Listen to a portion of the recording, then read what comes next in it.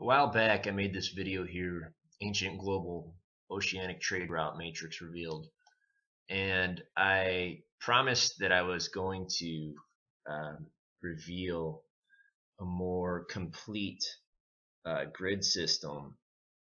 And what I did was I based it off of these river deltas around the world. And now I've gone over this a couple times. These ones highlighted in red are the ones that are associated with our main 3 or 4 lines associated with that area near Amman, Jordan as its axis point, and the other area being that Amchitka off the Aleutian Islands in Alaska.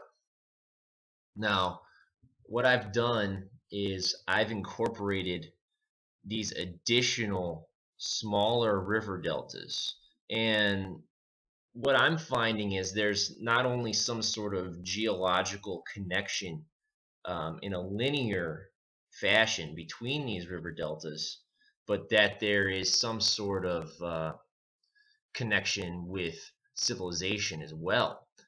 And I'm not just finding that civilization would just set up next to a river delta. I'm finding more inland that civilization has aligned itself, and many of the rivers branch off within these continents, and really they need to be looked at as highways. These are the major form of transportation for the world, and I'm going to show you some examples now. When we go into Google Earth, it may look a little complicated. However, I'm going to try and go over these as well as possible. And I'm just going to go a brief overview over our main lines that I've gone over before in previous videos. So here we have this line that goes through the Dardanelles, and then it cuts directly through the Mississippi Delta here. So we can see this Mississippi Delta. And within this line here, we cut through the Nile Delta here, and then we come all the way through the Amazon River Delta here. This line will also cut directly through the Tigris-Euphrates Delta, which is here, which is where the Sumerians and the Babylonians based their civilization. We have the Ganges Delta, and we also cut through a major delta in Indonesia, or in Papua New Guinea here. So that has some interesting connections. Now, I found that this particular line, if I were to make this central point cut through the Chinese pyramids, what happens is you cut directly through the Yangtze. Now, however, what I discovered was when I was messing around with my other river deltas is that if you cut through the Niger Delta, if I go back here, you can see the Niger Delta here. Okay, and I think this used to be a very prominent delta when the Sahara was very wet. However, it is it's not one of the major deltas anymore. Similar to the Colorado, where the Colorado was a major delta, which I'll go over later. And I do believe that has some significance with this grid pattern as well.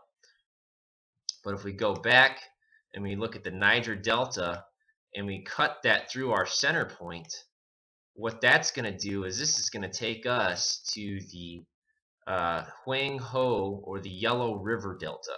And we can see here what a major delta this is right here. And we can see that correlation, and it cuts directly through Beijing. Directly through Beijing. Okay, so I think that's a pretty significant find there, and it seems to be extremely symmetrical with the whole system. And now if I were to go from this center point through the Chinese pyramids, it takes us straight to Shanghai and straight through this river delta. But I found that this has its own grid on its own, which we'll get into, and I highlighted in green. So that is the basis of this central system that I've gone over extensively in my other videos. And I find that incredibly interesting how these deltas are lining up. Now, there's a single grid line. We'll just call them ley lines. There's a single line here that I highlighted in yellow. And what I found was interesting is that we cut through the major Mayan and Olmec locations on this single line. So we can follow this line, and when we do, it cuts us straight through the Orinoco River Delta. And when we look at the Orinoco, we can see it right here. All right. It's not a big river delta, but my hypothesis is that these deltas were used to, they were for the inner locations, and they were designed for getting out to the sea, and then from that point they would follow their path to their desired destination. Now, what's interesting about this is that we find some interesting correlations when we follow this line. The Americas were really known for their gold, and you had the Spanish and a lot of the colonialists coming to the Americas in search for gold. Now, in my studies, what I found was that this area here known as the Great Zimbabwe, this was the mega hub for gold. And it's really interesting, and I'm going to show you some stuff on Great Zimbabwe. Great Zimbabwe is almost like it's like a castle formation. Now, what's really interesting about it is that this may have been the main hub for gold trade. They had so much gold they didn't know what to do with it. And the other thing about this place is that this is built entirely mortarless, similar to South Americans and other types of even megalithic structures. They built things mortarless and to fit, which is really quite incredible. And one of the most famous icons from this area is this golden rhino that they found. But there's a lot of examples of gold from this area. But it was considered to be one of the main trading hubs for gold, and it would get traded up to this area known as Kilwa Kisawani. And it's a really interesting island that has some beautiful architecture, and it was actually completely carved from coral. So it's just some amazing history that really gets ignored. But we have this Great Zimbabwe, and then you have this also this delta here, the Zambezi Delta, and we can see that right here, the Zambezi. So really, I'm highlighting the biggest and the main deltas in the world, and this image is pulled out of a sedimentology book, and each of these large circles represent the amount of sediment that gets pulled into the oceans by these rivers. So it indicates the power of these rivers. And so there's a lot of rivers that can make it to the ocean, but these are, even the small ones, these are the biggest in the world. Okay, so Great Zimbabwe was a very major location in Africa. And so when we follow when we follow this route, we can see this here in Mexico, and it cuts directly through the river delta, and then it comes in.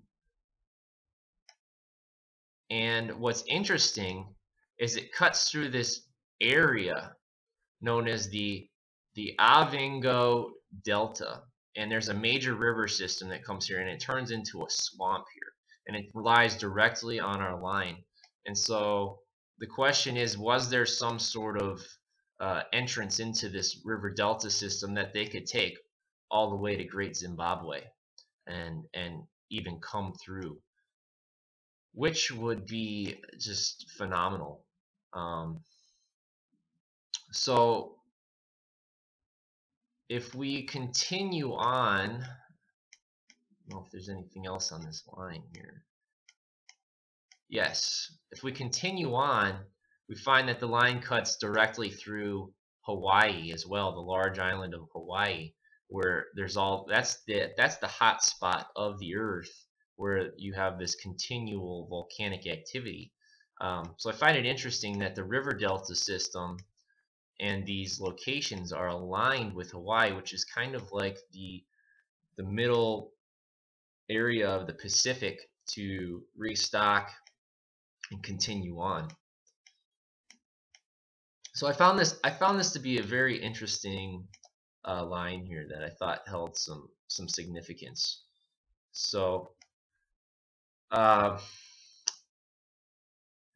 now the other important river delta system that I wanted to talk about was the Congo River Delta system, which you can see here. And now I ran that through the Indus Ganges River Delta system. And when we do that, our first stop is right through this area here through the Congo, known as, I believe, the Orientales, which I'll pull up here, or Orientale. Now, in this area, we find the people known as the Mangbitu people. And what they do is they have the extreme head deformation, the same kind we see in that we saw in ancient Egypt with Akhenaten and with Nefertiti and their children and King Tut. But we also see this exact same cranial deformation in the Paracas in Peru. And so that's another indication of our connection with South America. There's different forms of cranial deformation. There's the kind where they'll put a flat board against their head, and then there's the other kind where they'll actually wrap it in the form that you're going to get this strange formation. Now, what's interesting is the cranial volume, and it seems to be in this process increasing. And you're getting cranial volumes in anywhere from 1700 cc's, which is huge, and it's just it's a mystery. It really, how this works is just a mystery to me. But there's an interesting documentary made by they're activists, and they're maintaining they're trying to protect African history, and I do believe it's been completely destroyed. But they go through and they talk about this tribe known as the Mangbitu, Bitu and the Mbuti, and their connections with the Egyptians. They talk about the pygmies, and if you look into the little god Bes, he's a little pygmy god, and you see a lot of the origins of the ancient belief systems in the African tribes, and especially these two tribes here are important to look into. But if I were to play this video, we can look through it,